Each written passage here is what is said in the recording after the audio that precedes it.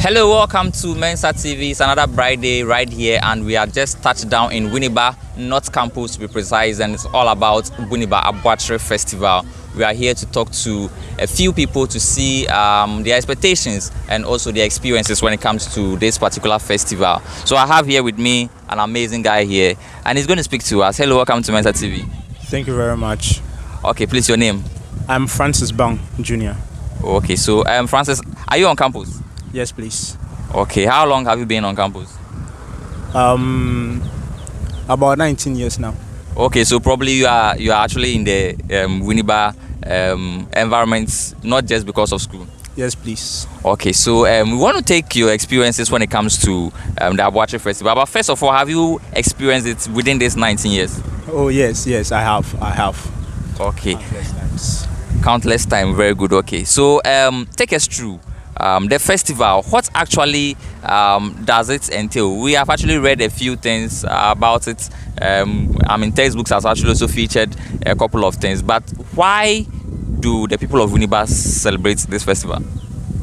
Okay, so with the celebration of Aboakyer, it's, you see, per what textbooks and other people tell us, it comes in different stories. Okay. But one I know very well is every year your people have to go and please their gods, do some sacrifices. So they asked the gods of Winneba what they want. Then the first thing they asked was human beings. Okay. Yeah, so the blood of a human. That means every year they have to make a sacrifice. Then later on they appeal to their gods that no, the human killing is becoming unbecoming. Okay. So they need something else. So there's something else. They ask for a lion, jata. Okay. Yeah, so they have to go into the forest, hunt for a lion. Okay. Yes, that one too. Let's say 20 people go, and they have to bring the animal alive. Okay. So about 3 people will come back with the animal, and those 3 will be badly hurt. Yes, then later they have to go and appeal again. Okay. And they came with the deer. Okay. Yes, so the deer going to catch a deer. So that's where the name came about, Aboakyer. Aboa means animal, and tree means to catch. Okay. So that's where the Aboakyer came. So they have to go and catch a deer or catch an animal, which precisely a deer, and bring it to please their gods. Okay. Yes, that's one thing that is known by Winnebarians. That's why Winnebarians even call themselves the deer hunters. Okay. Yes. Okay. So that's the thing. The little also know is we have 2 groups, or let's say the celebration is done within the first week of May. Okay. The climax is especially on the Saturday, the first Saturday of May. Okay. Yeah, so the celebration starts from I think Monday. Okay. So they have other programs that they do. But they start their main events mostly on Thursdays, Friday, then Saturday. Then Sunday they go and do their Thanksgiving service. Okay. So the Thursday we have something we call Lemon Thursday. For instance, today is Lemon Thursday. We are going to be having people having a float on the road. Yeah. I think we are going to start from Winneba Junction all the way to Copa Junction. Yeah, or taxi rank. Okay. Yes, so that's what we are going to experience today. That's Lemon Thursday, so we are expecting that everybody should wear lemon shirts, then join us in the float as we, socialize and have fun and prepare ourselves. Then on the Friday, they'll carry the gods around, the gods of Winneba. They'll carry it around, take it through the roads of Winneba. Yes, one I know is Basa Basa. Yes, they are going to carry them around, pick them, then we move around with them through the town. It's believed that it does the spiritual cleansing for the people and the celebration to start, and those that are going to hunt for the deer the next day. So Saturday dawn, Saturday dawn we have 2 groups that go to hunt for the deer. The first to bring it is crowned the winner. So I think we have white and red. Those are 2 clans which unfortunately the names I can't keep them. Yes, but we have 2 clans, main clans in Winneba, the red and the white. Yes, so those 2 groups, different groups, will all go at different, shall I say, different times, or they can even live at the same time but not the same. They will not go together.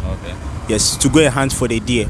So we have a place they call Pome or forest, just a mountain down here behind Winnisec, the Winneba Secondary. Okay. Yes, they go there or behind it to search for the deer. With that one too, we have other stories about it. Okay. Yes, per what a colleague, a native of this town told me, and I've experienced it before, is that when you go, the first time you go there, you are going to meet a deer. Okay. The first one is a male, a big one. Okay. You are not supposed to catch it. You let it. Why are you not supposed to catch that? Okay, so that one is more like traditions. Like, okay, this one is a sacred one. This is a god. Okay. So you don't touch this. You leave it. Then you meet the second one too. Is the same. It's also said to be a god. Okay. That's also a female. Then now the third one, that's the one you can. It's a deer. Okay. Yeah. So that's the one you can hunt. Yeah, so you have to catch a big one. Okay. If you're not able to catch a big one and you catch a small one or the baby, you have to catch two. Okay. It is believed that the two is equivalent to the one. Okay. So you have to catch it and bring it. Well, the first to bring it, you bring it to the king, he steps on it, and the whole sacrifice and other procedures also continue. Okay. There's another belief that depending on who brings it, determine the agricultural activity. Okay. Yes, so others believe that, or others say that if the whites should bring it home first, we are going to get more fish this time. Okay. And if it is the red that brings it home first, that's the land. Those are for the land. So crops, those farming on the land too is going to be productive. Okay. Yes, so that's what is said. And on that Saturday evening, that's where we have a grand derby, where the chiefs of Winneba and other prominent people in Winneba will hit the streets of Winneba. You walk around, you see the chiefs around, the elders and other prominent people that we have. Sometimes too we have other chiefs coming from elsewhere joining them. Those that will visit him, the king of Winneba. Yes, they join in their flute, or should I say the derby. You walk around the street. They play musical instruments of the Winnebarian people. You hear their music and dance to show you their rich culture. Yes, that's the day you see how rich Winnebarians are in terms of culture in any other way you want to see it. Yes, so this Saturday too, that's what is going to come on in the evening. Then as for Sunday, yes, that's we are done with the festival, so we just have our Thanksgiving. However, within this week, which I think either the Friday or the Saturday, we have another program at the beach. Yes, the seaside, where you are going to see them do their boat race. Yes, they are going to have that one too. So the thing is, everything we are going to be told. If there's any other program, you are going to be told. All you just have to do is just to listen to our radio stations, Simpafo FM and Radio Windy Bay, and I think Peace FM too. Yes, these radios, radio Peace. Yes, they tell you the information, everything you have to know. Nice FM, yeah. So Winneba Festival is very nice. It's a nice one to experience. I've enjoyed it several times, but sometimes too, because of school too and other things, yes, you can't have a full experience. Yes, in other cases where as young kids, your parents might think it's not that safe. That's it. But it's a nice one. Yes, it will be nice if you experience it. Yeah. Okay. So let me come in. You have spoken a lot. There are a whole lot of things that you have actually put together over here. But do we have a committee that is responsible for doing this, or is just the traditional rulers? Because most of the things you are talking about is modern, and I don't believe that from the inception they were doing things like that, like Lemon Thursday and the rest. Do we have a committee for that? For that, I can't best tell, but I should be sure there should be something like that. Other activities, these modern activities, they just chip it in to make the festival entertaining. Okay. As youth love these things, floats and stuff. Yeah, so if they chip this in, I'm sure they like it. Yes. Well, for all I know, since I was born in Winneba, I've seen that it have happened for quite some time. So I think it should be a culture that have been there. Maybe they have just been modernized or something. Yes, but I'm sure, for all I know, is most of this, festivals is mostly the traditional leaders. So it's the traditional council that I'm sure that holds this whole event. Yes. Okay. Now, talking about culture, you made mention of culture, music, dance. Do we have specific music and dance from Winneba, or is just a matter of cosmopolitan mix that is actually happening right here? Okay, the Winnebarians have, I think they have their own dance. Okay. They have their native dance, their native music, and even their Language. instrument. Yes, Okay. language. Yes, they have the way they play their drums and other stuff. Well, I've experienced it once, but to talk about the dancing, as for the dancing, Okay. oh, not at all. Okay. And the singing too. Unfortunately for me, I can't speak the Futu. Okay. Yes, so mostly they speak the Futu or The music. in the music or the Fante itself. Okay. Yes, so they also have their own music and dance like others. Okay. Yes. Now, when it comes to security, how is the security of this place like? Because I know a lot of people will be trooping in, especially with the kind of advertisement that is actually being run about this whole festival. I mean, if you talk about Aboakyer in Ghana, it's a big festival. How is the security presence like when it comes to state security, private security, with events and other things that are going on? Okay, so far so good. I think with security it's not that much problematic. First of all, we have the Winneba depot. Okay. Yes, where we have a lot of trained, police personnel. So during these times or any festive period, we have the police on the streets, making sure that everything is on its right path. And other beliefs is that during this time, if you have any negative impression in the land or you have something bad you want to do, it doesn't work out. You end up exposing yourself or hurting yourself. Yes.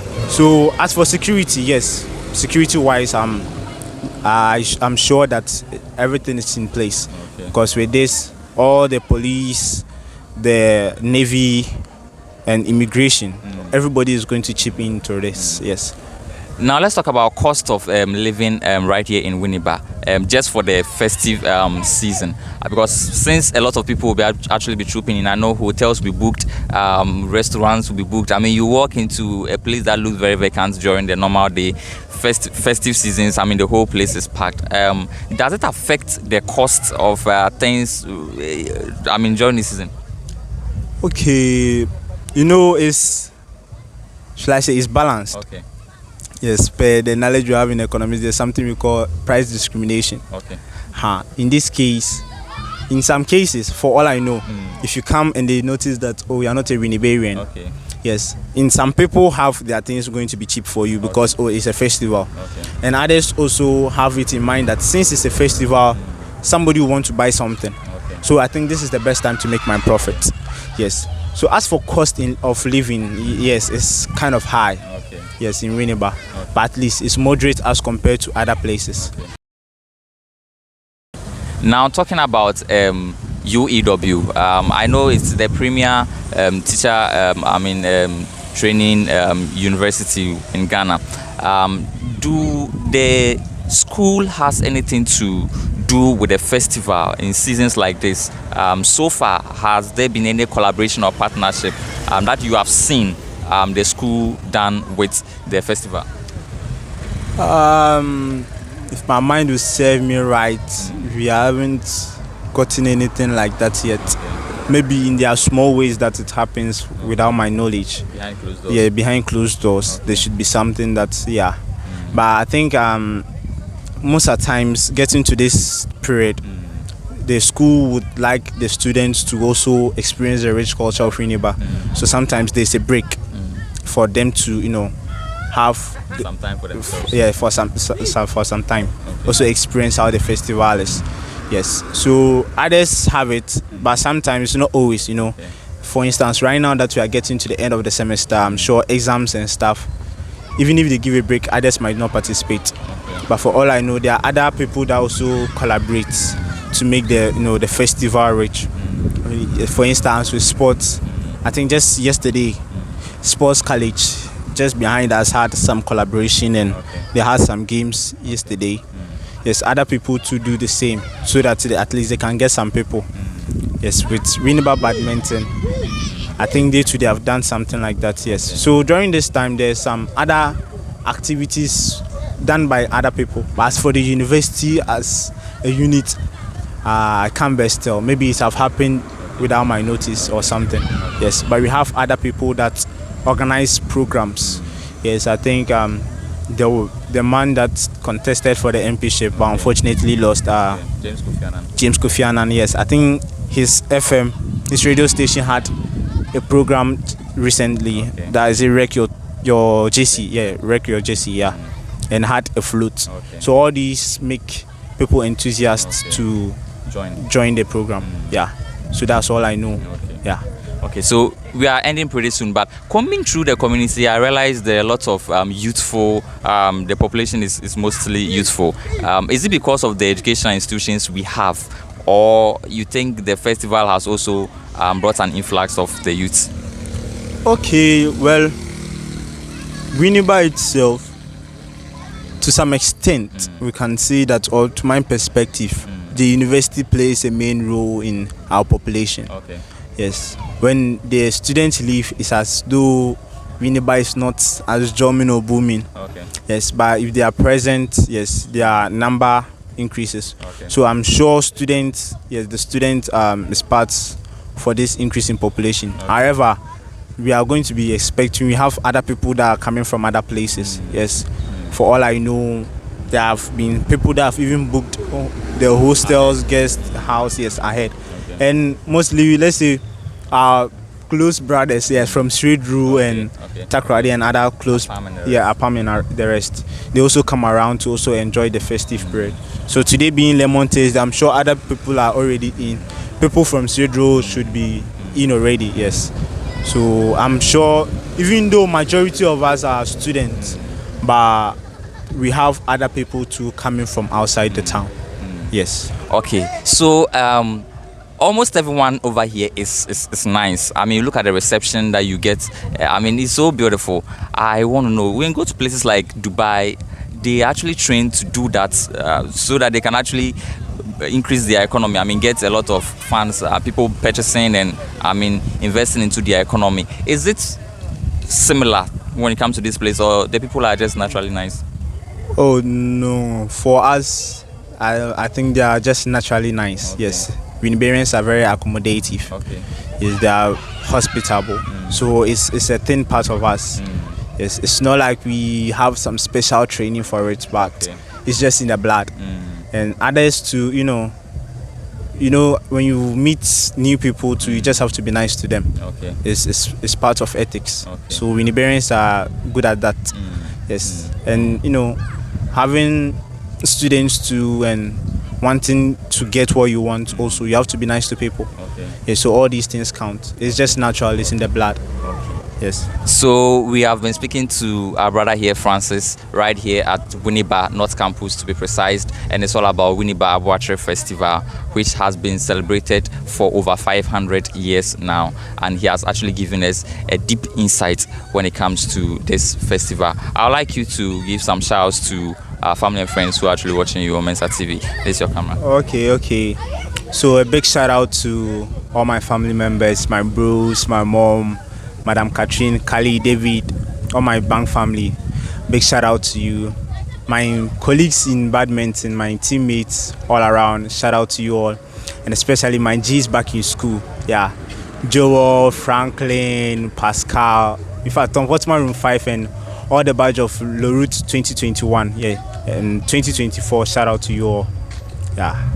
Big shout out. All right, so thank you so much for speaking to us. We really do appreciate it, and thank you so much for watching. Kindly share the video, and if you're on YouTube, subscribe to the channel and across Mensa TV. Thank you. My name is Mensa.